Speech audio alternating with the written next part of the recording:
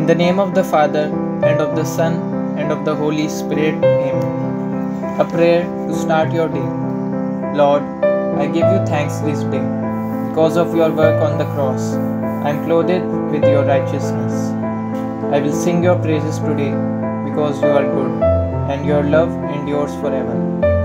Give me a spirit of wisdom and discernment to make choices that honor and glorify you today. Thank you that within you are treasures of wisdom and knowledge, and you generously supply me with understanding through your Holy Spirit.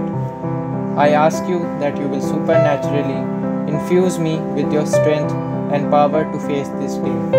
Amen. In the name of the Father, and of the Son, and of the Holy Spirit.